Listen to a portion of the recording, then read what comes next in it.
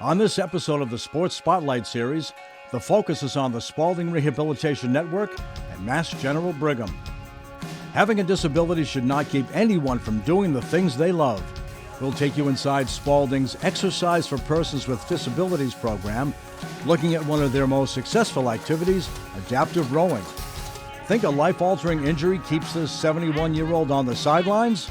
Think again. Got to adapt and adjust. We check out Spaulding Adaptive Sports Center's ski and snowboard program.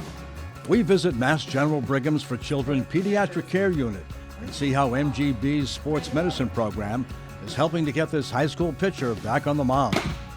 And as Spaulding celebrates a half-century of providing top-ranked care, we'll talk with the center's president about his hopes for the future at the world-renowned clinic.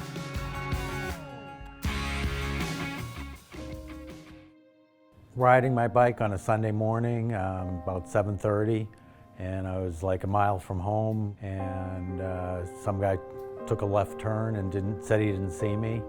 Skiing out west in Utah, hit a rock head first really hard, so. Two life-altering accidents, which understandably could keep Saul and Sam on the sidelines. But it's not necessarily what happens, it's how you react. Staying busy, I think, is the best way to cope with it and feel pretty normal. And as long as you're feeling accomplished and you're moving forward with something, I think that really helps keep you on the right track. There's nothing you can do about it, and you can either decide you're going to wallow and not do anything, or you just move on. Both Sam and Saul decided quickly after their accidents that wallowing simply wasn't the way to go, which took them to Spaulding's Rehabilitation Hospital in Cambridge. There, they discovered a program called Exercise for Persons with Disabilities. The program, now more than a dozen years old, started small, but has grown to see as many as 90 participants at any given time. Some, like Sam and Saul, take part in one of Spaulding's most successful activities, adaptive rowing. Rowing is coordinated between the arms and the legs. The arms and the legs aren't moving just randomly. They're actually coordinated to create a rowing stroke. And rowing is a sport that exists and that is very welcoming of people with disabilities. I had done rowing as one of the many things I did when I worked out in gyms anyway, so I was familiar with the machine. It helps me with my strength.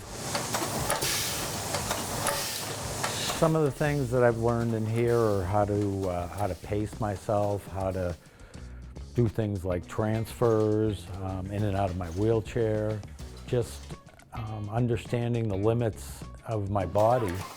Adaptive rowing puts you to work. The participant works both their legs and their upper body.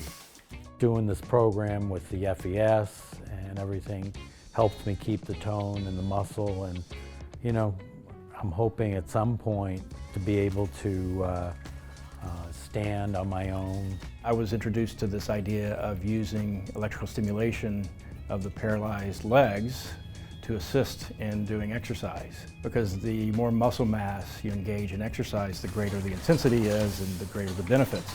Keep your muscles relatively healthy, maintain your bone density. So we've got them placed on the upper quad and the lower quad down here.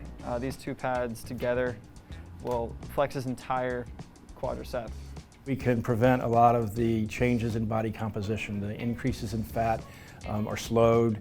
The decreases in muscle are actually reversed. I started out at 1,000 meters in an hour, and I was pretty discouraged, but now I'm up to 7,000, so it just takes work. The hard work is paying off. It's too bad I don't have video of me when I was inpatient at Charlestown 3 years ago, so that you could see where I was and where I am now. You just have to put your mind to it. With hard work comes success, and it has both men looking to the future. I started skiing again about 10 months after my injury. This last winter I got out to Colorado for a week, and then out to the National Disabilities Center in Park City, Utah. On top of that, I'd really like to do the Boston Marathon. I have a race chair. I haven't actually gotten to compete in any marathons yet, but I'd like to start training for that seriously. The next thing is, would be to row on the river. You have to be able to transfer 75% without any help, and I'm not there yet, but I'm getting closer, I think. And to be able to get into a boat and get on the river and be able to do that, that's one of my goals. Dr. Taylor knows and sees all the benefits of the adaptive rowing program, and he too has a goal.